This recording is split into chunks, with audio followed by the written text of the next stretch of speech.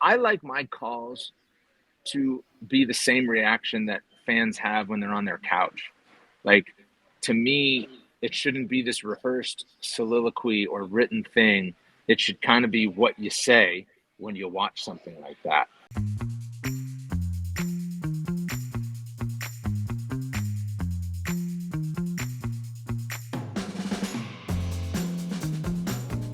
Welcome back to the Bohnfire, where we talk about UFC and mixed martial arts. I am your host, Mike Bohn, and I must say, folks, it is good to be home. I've taken a few days to rest up after essentially 22 straight days on the road, from Saudi Arabia to Abu Dhabi to Edmonton, all of which we did podcasts from. I appreciate everyone following along on that mini journey we had. But now we are home, we are rested, we are energized, and that is a good thing, because today's episode is a celebration. A celebration of what, you may ask? What bigger than what goes down Saturday? It is known to some as UFC Fight Night 247, but to others, it is the long-awaited, highly anticipated UFC Vegas 100 show. It is the 100th event in the series of Fight Night cards with the UFC Vegas hashtag. This one headlined by a welterweight fight between Neil Magny and Carlos Prates. We're not going to break down the card itself per se, but rather the history leading up to it.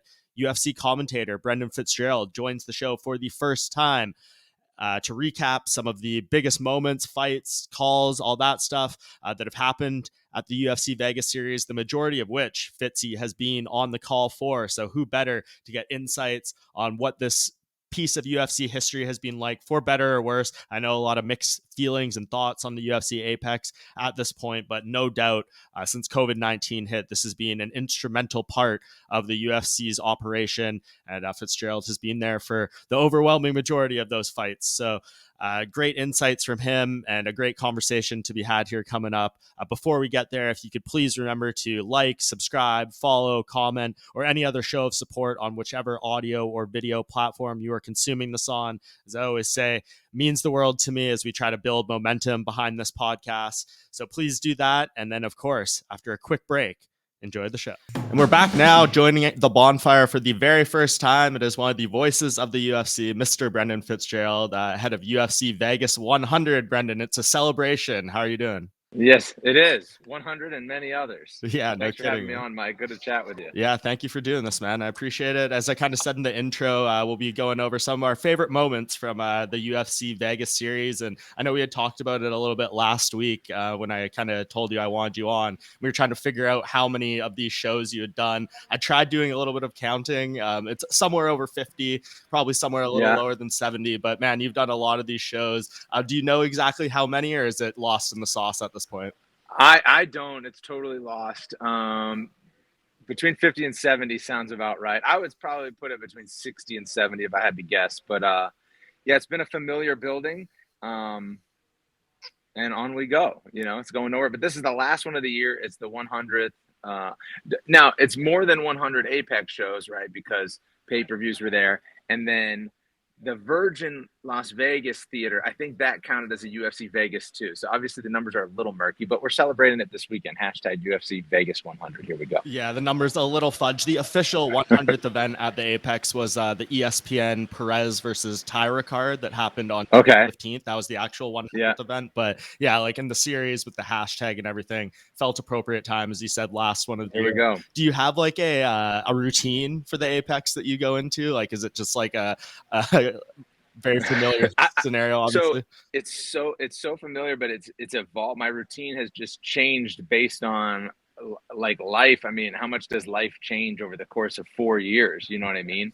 And at the beginning, there was a pretty strict routine because of the pandemic. So we had to spend the night at a Marriott Courtyard in Las Vegas, even though I lived here.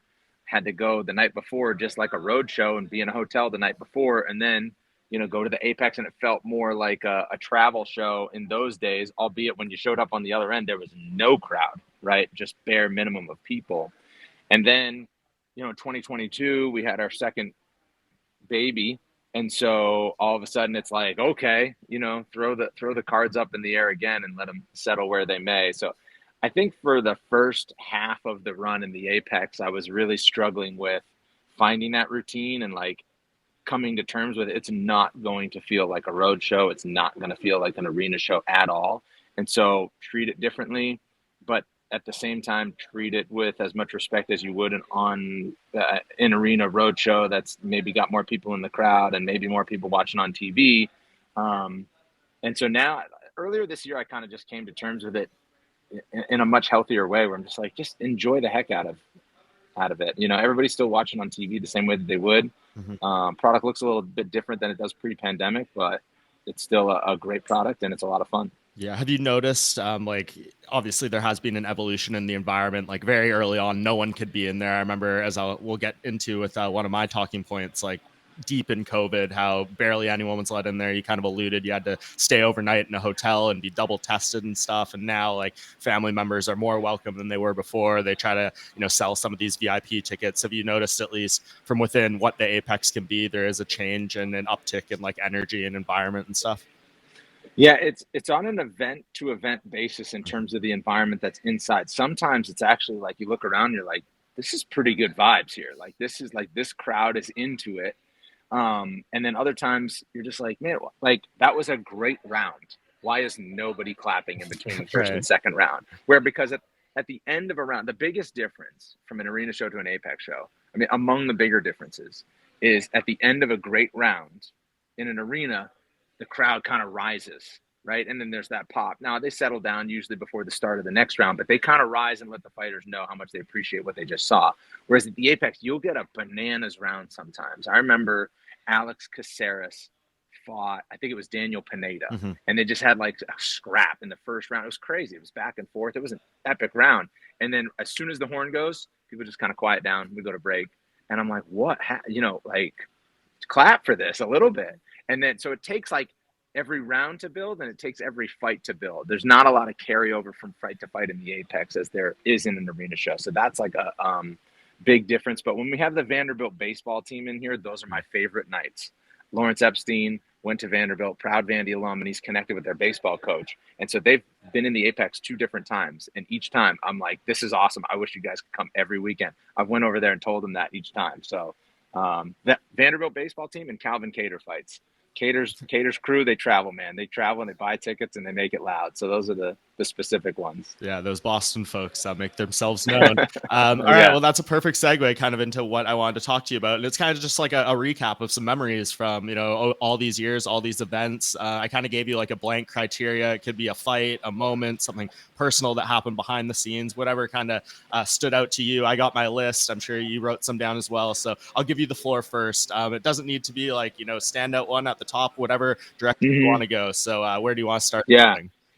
These will come to me as I like think about the different events too, because it's so tough to keep track of them. And something I remember in around probably 2022 was like, oh yeah, that Derek Lewis fight happened 3 months ago, right? And it was a year ago or something, or longer, right? So time just kind of warps when you're there, when you have all these events. But I'll just start with the Calvin Cater Giga Chikadze fight because just talked about how epic Calvin Cater fans are and all the fun that it was. And that was Calvin's return.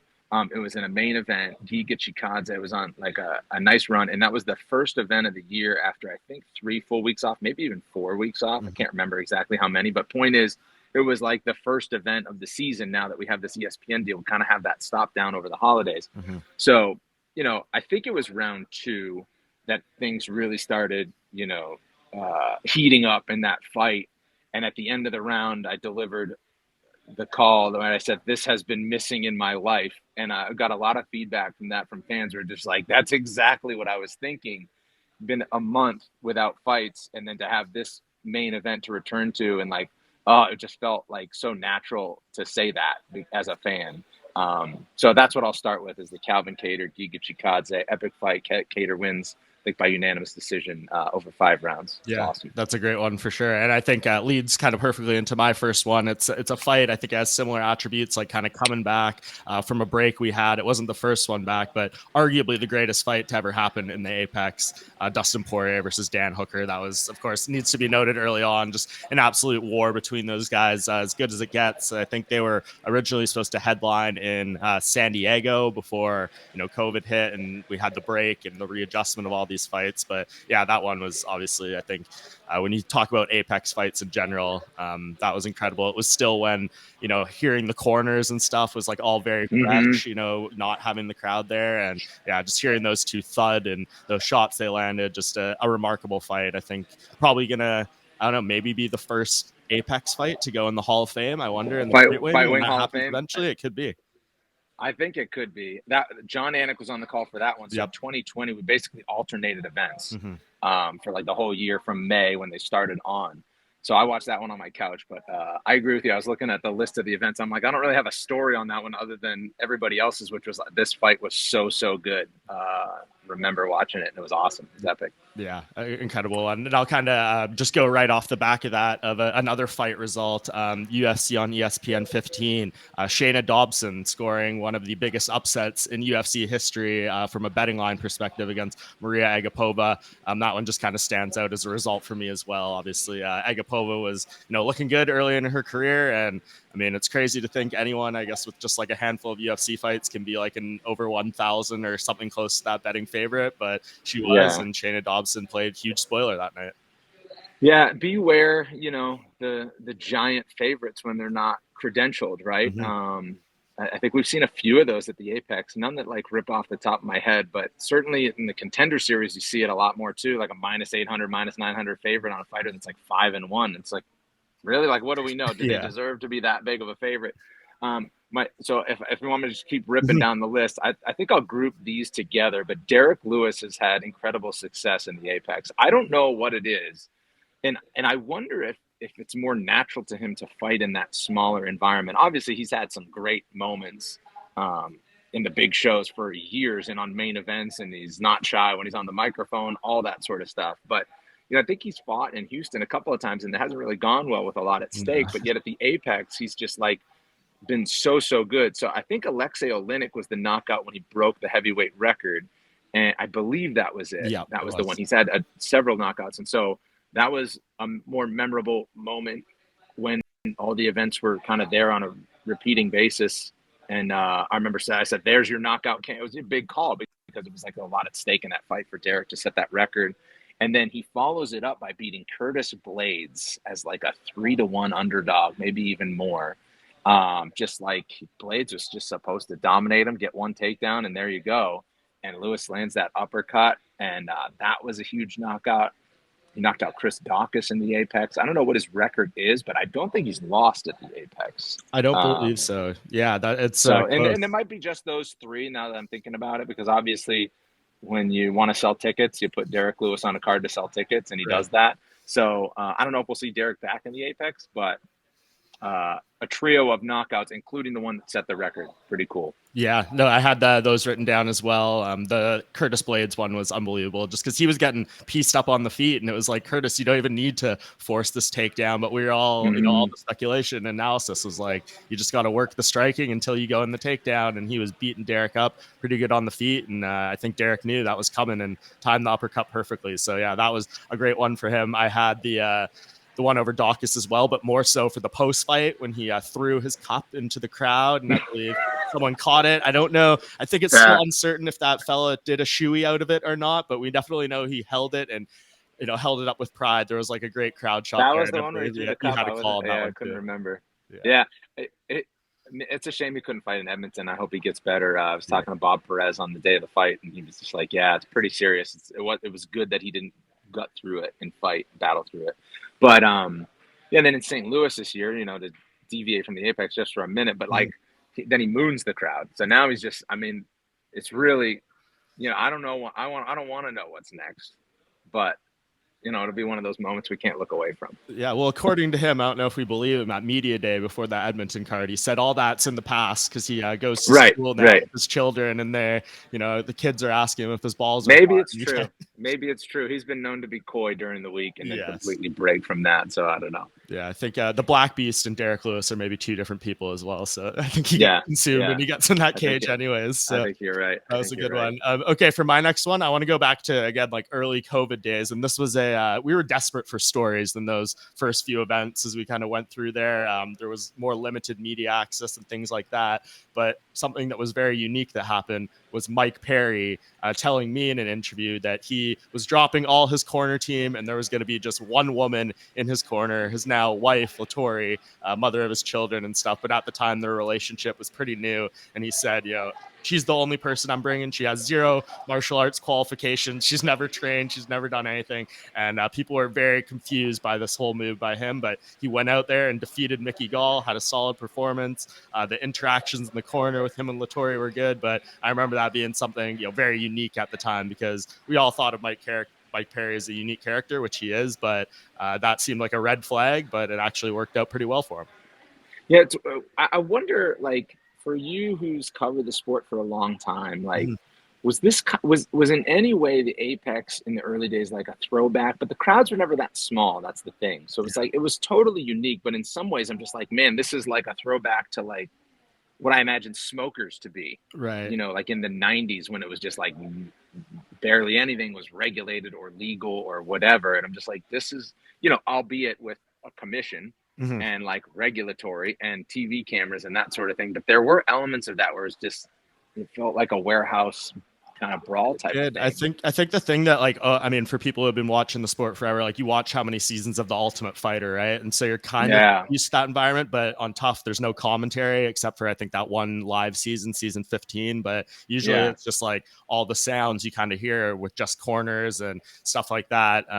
But there's no commentary. So to have this in there and that was kind of like a fresh feeling mixed with the old, I think, a little bit. But it did take some getting used to. Early on, it was very cool, I thought, with like what you could hear out of the teams and the in-fight stuff. But now it's like almost become normal at this point that I think it has. Go the other way. Sitting in silence during the action, like, when nothing really happens. I don't have to speak every time somebody lands a jab. So, but sometimes it goes on long enough where it's awkward to jump back in. I don't remember which fight it was, but I do remember calling a fight with Paul Felder and Dominic Cruz.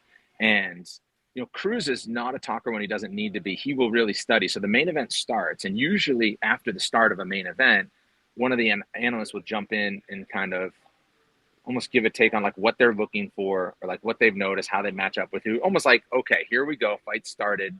And then they kind of jump in with their thoughts. And for whatever reason, like Felder or Cruz didn't really have anything to say and nothing really happened for like a minute and a half. Yeah. And I remember just thinking like, I'm just like, we're sitting here and it got like, to like 3:30 or 3:40 left in the round. I'm like, I should probably speak again, because like nothing really happened. And like everyone was quiet. The crowd was even smaller back then. So I don't remember which particular fight that was, but you get used to just like sitting there in the quiet sometimes and then like jumping back in when things heat up, and it's awkward at first, but to give another fight memory. When I was looking at the list earlier today, Max Holloway and Yair Rodriguez, I believe it was late 21. So our fight nights weren't on the road yet. And Max, so our pay-per-views were on the road once per month and that was it. And so that's like a fight where it's just like, this would be an arena fight. This would sell out Mexico City. It'd probably sell out anywhere in the US, anywhere in the world, really, those two guys. And I felt so lucky that I got to call a fight of that caliber at that point, because I was like, usually these guys are pay-per-view guys. Yair I had already called, but I didn't know if I'd ever call a Max Holloway fight my whole career based on how he was looking when I started in 2017, 2018. Right. And so I remember that I think the VIP tickets for that were like double the normal cost because it was Max and Yair, and it sold out in terms of, the few hundred that they could sell. But it was just like, it was a big fight. And then they lived up to it. Yair, they took the first 2 rounds. It was just like back and forth war. Usually you don't see that from Max, as we know. Like, either he's on the offensive end or it's kind of a back and forth technical striking battle, but that one had a bit of everything. It was awesome. Yeah, that's a great one. I had that noted as well. UFC Fight Night 197. That was November 13th, 2021. So almost 3 years ago now, which is great to think about. Yeah, we got the iconic ambulance photo and Max out after the fight and had a little moment with the air there. Just 2 absolute class acts. And you can tell now, like, I was obviously just in Abu Dhabi for 308 and Yair was there as a guest fighter, and you'd hear him talk about Max, and I think I saw them interact, and there's obviously a ton of respect there stemming from that fight. And in that moment too, like I think a lot of people thought it would maybe be a more dominant fight for Max, but that was in that stage 2021. You don't know what kind of training these guys were really getting, like with COVID, all that kind of stuff. So some of these fights, you just wonder like how close to perfect these guys were in terms of the preparation. I think Yeah, exactly. some of them were far off, but you mentioned kind of a memorable war from the Apex. Maybe one of the best knockouts to ever happen there. I noted down Yuri Prohajka and Dominic Reyes. That's obviously an insane knockout, spinning back elbow main event. That was really Yuri Prohajka's arrival statement performance. I know not his debut, but that was an insane one from UFC on ESPN 23 in May 2021. Yeah, that was a great one. Got to call that one. That happened in the second round or third round. Mm-hmm. Second round, I think it was. Yep. Yeah, Yuri was a guy. Would he break in against Vulcan in Fight Island? And I just remember thinking, like, gosh, I wish he was in Prague, because we were in Prague like a year before. Right. And I was like, man, this guy with the record that he already had, he had a ton of experience, and like he just took his time getting to the show. And obviously, everybody wanted to see how he followed up against Vulcan. And then Dom, I think, was off of that was Dom's return after he fought Blachowicz for the title. Is that right? Mm-hmm. So Dom was still like right in the upper echelon. And that was a crazy fight. And I remember calling that up kick. Looked like he knocked him out for a minute. And then Yuri revealed after, like he was out for just a split second. And then he almost like woke back up when he's on the ground on top. But that was a great one. That one was vicious, man. That one was like point of the elbow, face down. Like sometimes, I mean, it's good that we watch on the screen sometimes, because when you're that close in that raw of an environment. I was speaking to Dave Shaw last week, and I was talking about, he had his nieces and nephews were in Edmonton to see the show. And it was like the first time. I think the oldest was like 14, but the kids were between like 10 and 14. And my son's 9. My older son's 9. I was like, yeah, I thought of maybe bringing him to an Apex show next year or whatever, since I know the flow of it really well. And he's just like, yeah. He's like, I think the arena shows are the better place to take the younger ones, because there's more of a show. Right. And if they don't really know what they're looking at, it's pretty raw, which is one of the things that I love about it. Like the Apex as the most unique venue in sports, and to be able to watch MMA that up close. I know there's a lot of people that miss the big crowds on events like that, but for the lucky few that get to go in there, it's like they all, after the first timers that I talked to, after they're just like, this can't go. This is incredible. It's the most crazy thing that I've ever seen.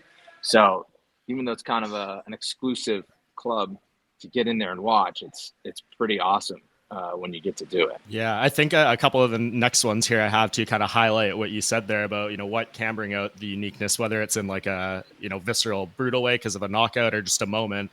So I'll go into this one. A knockout, kind of going off what we just said there.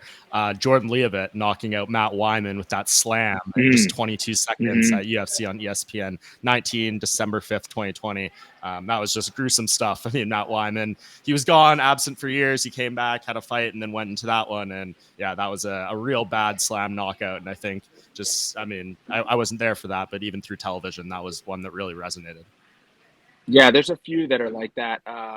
Corey Sandhagen on Frankie Edgar was one where it was like, holy smokes. Yeah. Like that one was, Corey, that'll be on Corey's highlight reel forever. And it's like you hated it at the same time. Even Corey had that reaction. It was just like, I think if you watch it back when he's like waiting to get his hand raised, it's just like, I don't want to do that to Frankie.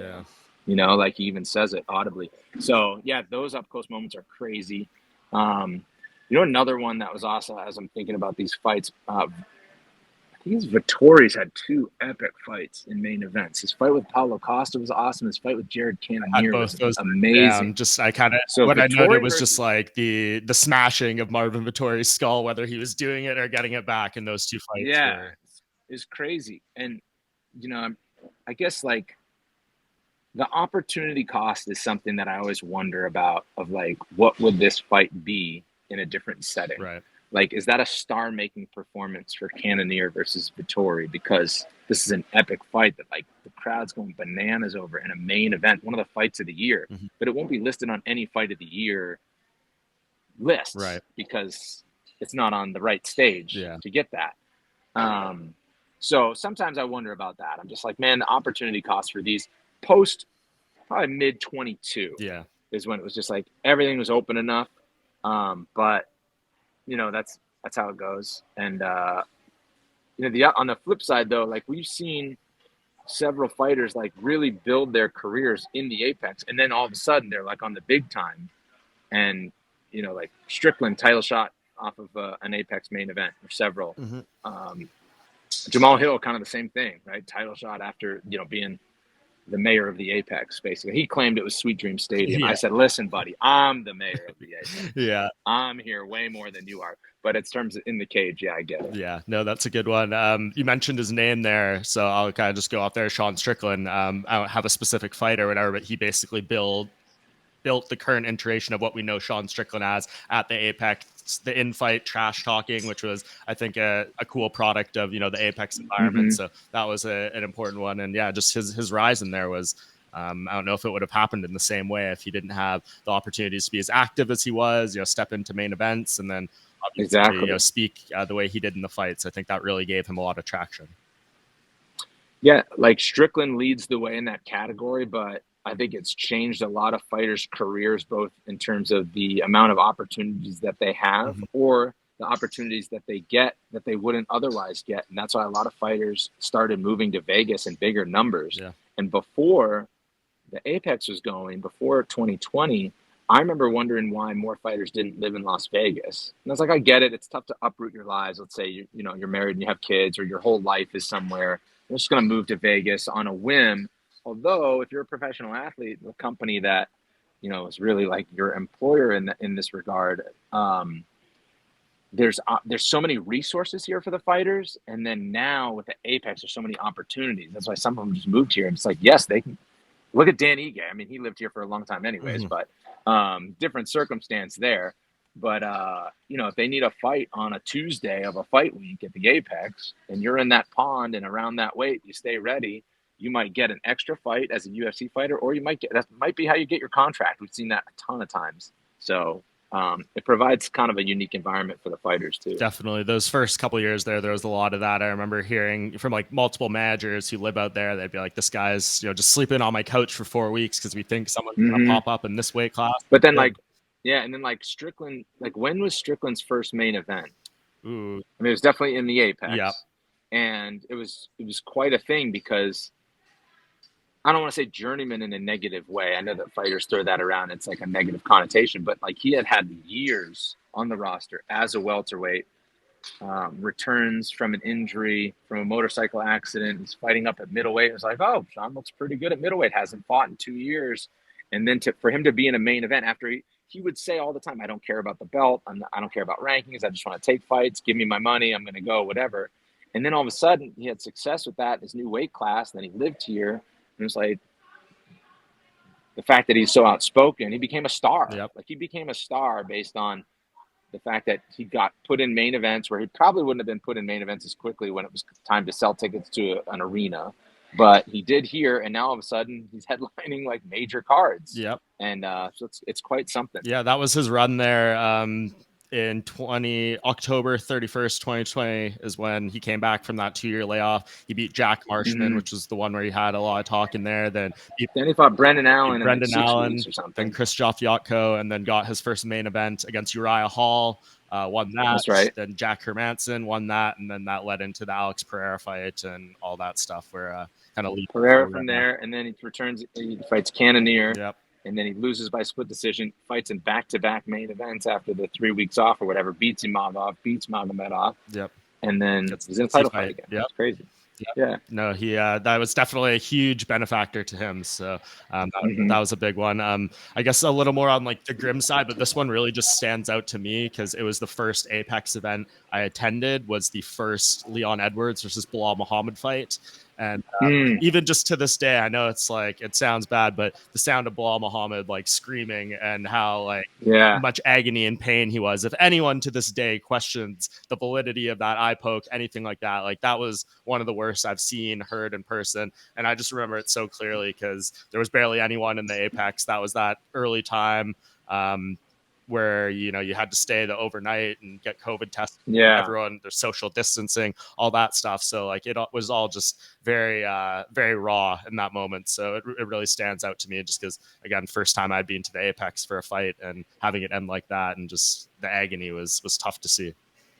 Yeah, it's The injuries there are way tougher. I think Estela Nunes broke her arm real bad one time, and it was just like she's, writhing in pain. Like, what do? You're just sitting there watching. There's nothing else to do. But it can be very like startling. Absolutely. Then like the Joe Pyfer, I wasn't on the call for the Pyfer Contender Series when he broke his arm, but yeah, it's a tough sport. It's a tough sport when you're in a big arena. There's like other stuff to kind of look at almost, right? It doesn't feel as real when you're in a smaller room with less people. For sure. Any other one that you wanted to hit on that's near the top of your list? Let's see. I mean, not that I can think of right now. Okay, I'm trying to jog my memory right now. There's been a lot. I know there has been a lot. I just wrote down as many things as I could. Here's a weird one that I won't forget. When Chaz Skelly was left in the octagon by Jamal Emmers when he pulled out moments before the walkout, February 20th, 2021. That was obviously very, very unique, and don't know if we've ever seen that before. Yeah. So I hadn't seen that before, and so we're on the call, and I remember last minute, they just go, Skelly's going to walk first. Like, right, this is like during the feature, right into the leading up to it. And they just go, Skelly's going to walk first. It's like, that's weird. Okay. Don't usually switch up a walk right then, because, if you've ever seen him in the back, I'm sure you have. It's like 2 minutes to fight. They kind of walk them there, and they have both fighters standing basically 8 feet apart with their teams, and they go kind of ready to get them out there. So for Skelly to walk first, it's either one, like an operational thing where they just line them up in the wrong place. Okay, whatever. But like, it's in our rehearsals with like the right music, the right, cues and all that sort of stuff. So, or it's like, this guy's not ready. He's not like leaving the locker room. And so then Skelly is in the octagon or whatever. And I'm like, okay, we're definitely past the moment where they'd be counting us 10 in our ear to like the next song. And I was like, what's going to, like, usually when, enough when like something's off, it's like, all right, what's up? Something's going to happen, especially this.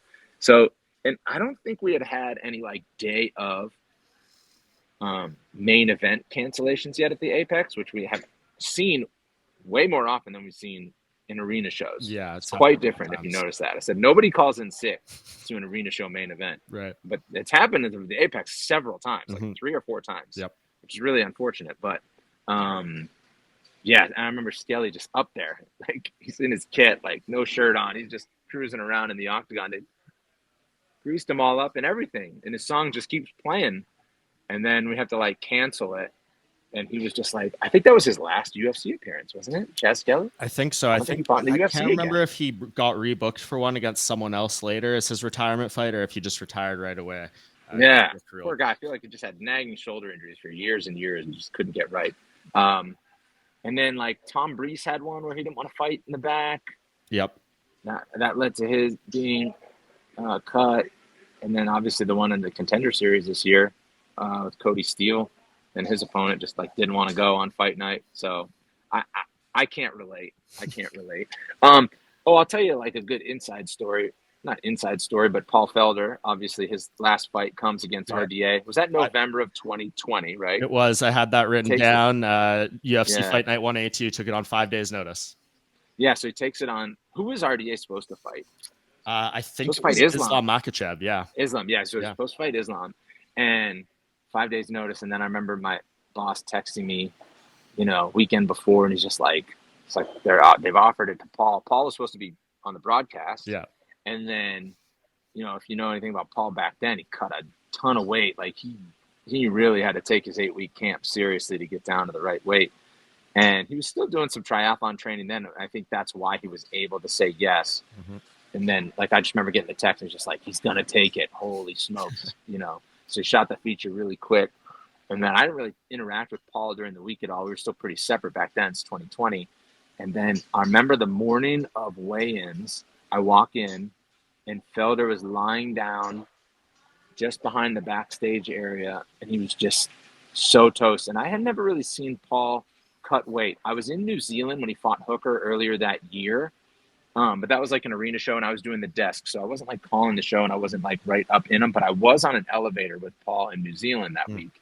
And he looked at me like he didn't know who I was. That's like the weight cut, or like he was in battle mode or whatever. But he like looked up, and I think he had a finite amount of energy to be a personality, and he saved it for like media day. And other than that, he was like, go to hell. But he had his hat on. He was dressed up for media day, and I remember he looked at me, and it was almost like we weren't even friends. Like we just met each other or something. And then so he's lying down to get ready to weigh in for RDA, and he was watching YouTube videos of people drinking Coca-Cola. And so, because he's, fighters have their ways to cope. And so he would always just love to watch people consume liquids. Mm-hmm. And there's this YouTube channel.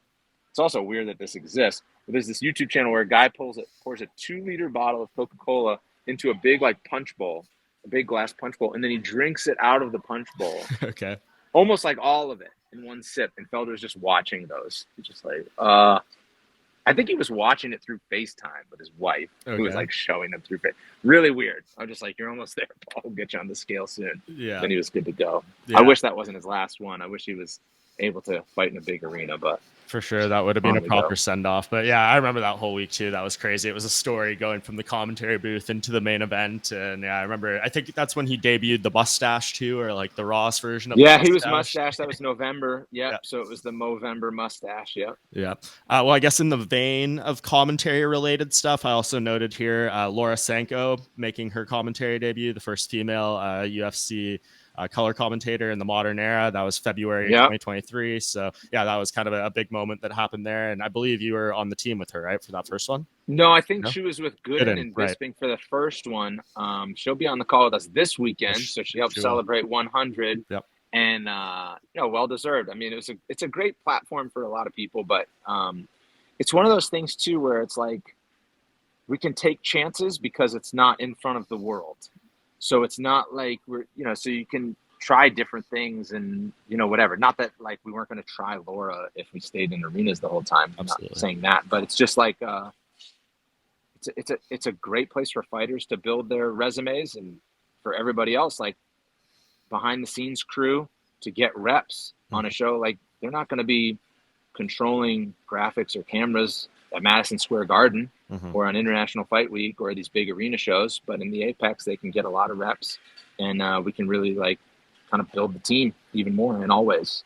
Yeah, I think I saw Zach Candido speak on that in one of the interviews he did leading up to Noche UFC, where there was obviously a lot of focus on kind of the background and the behind the scenes, saying just how helpful like Road to the UFC and Contender Series also are in that regard, and kind of grooming talent where there's less pressure and more freedom to kind of experiment. So it seems like that is paying off and kind of building the UFC broadcast team as a whole.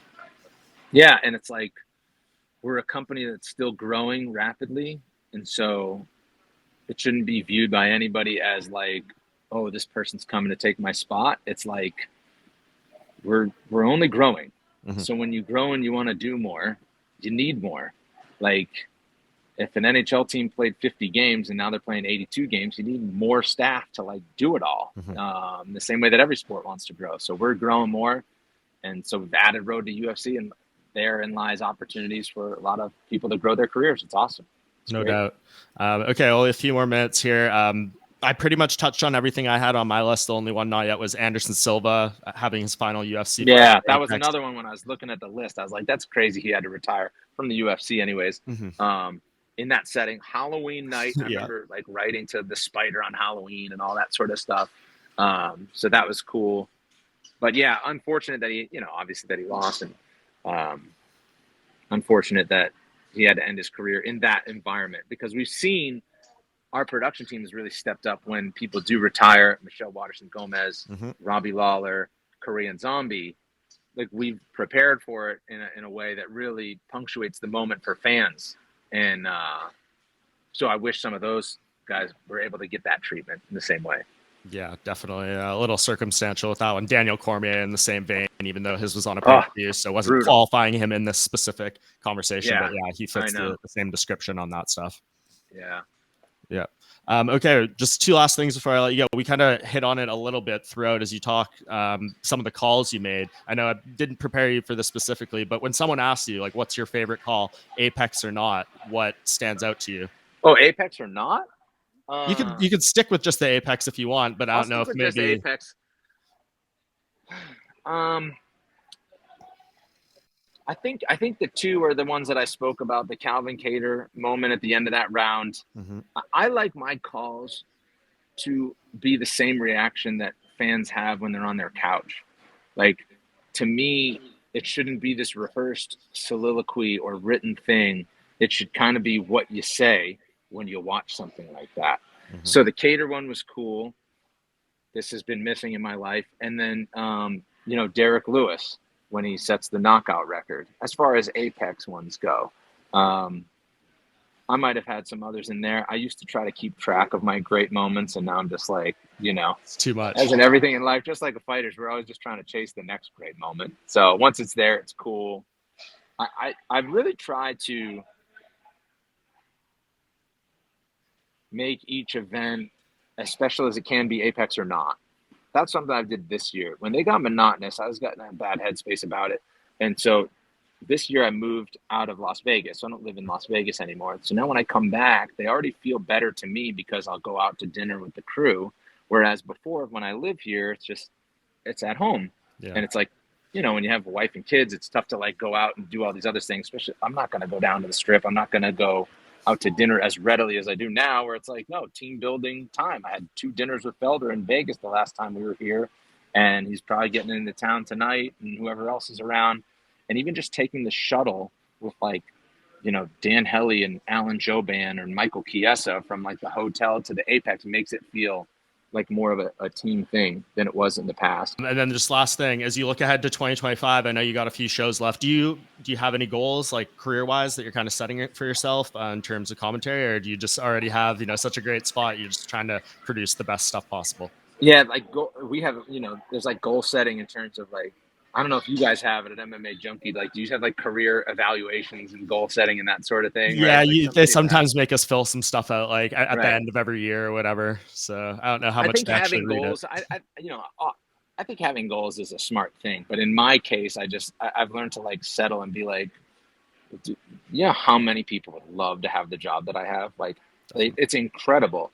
And so I feel so lucky to do what I do. And when work is hard or, long, or I'm on weekend 5 of 6 in a row right now. That's quite a lot in terms of trips to the airport and different spots. But at the same time, like when I get there, this is joyful work. It's amazing that I get to do this and call it a living.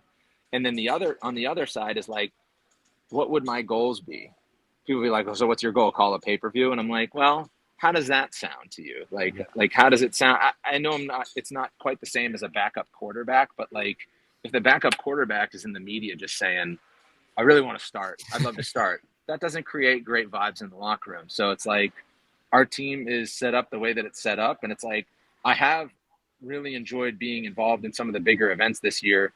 I was doing desk, pre-show, post-show for UFC 300, International Fight Week, Sphere, in Abu Dhabi. I was in Bristol. I'll be at MSG, working with ESPN. So I'm like super, super grateful for that. And that wasn't really like a goal, but it was something where I was just like, I'd love to be involved in our biggest events.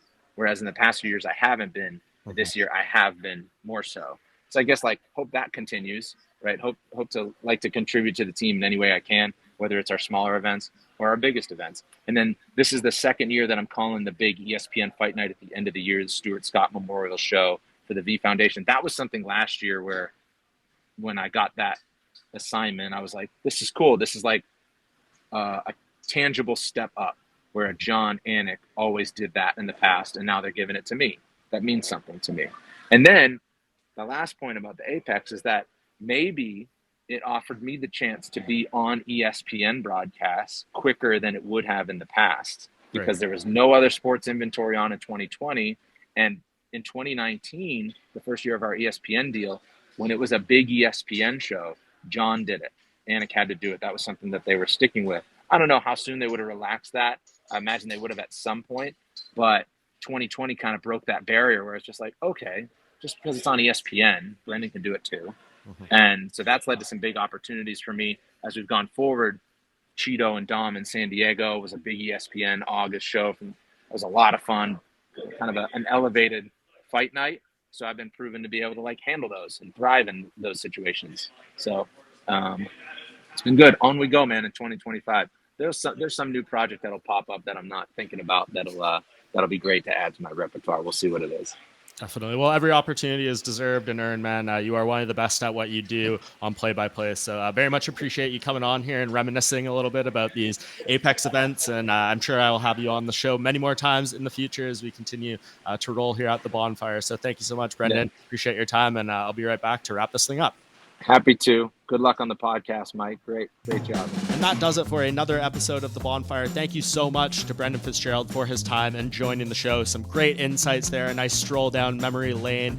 Those were some of our favorite Apex moments. You tell me in the comments, wherever you want to leave a reaction, what your favorite or most memorable Apex moment was. There's been a lot of them, probably more we could have even touched on, but I thought we hit all the biggest ones there outside of some of the pay-per-view fights, of course, that don't really count towards the conversation we had. So hope you all enjoyed. Thank you so much. Please remember to show your support however you can, and we will see you back here next week. UFC 309 fight week, a huge one, the return of John Jones, the fight for Stipe Miocic finally happening, Madison Square Garden, New York. I will be there covering that fight week, but before things get crazy, we'll be back with another episode of The Bohnfire. See you all then.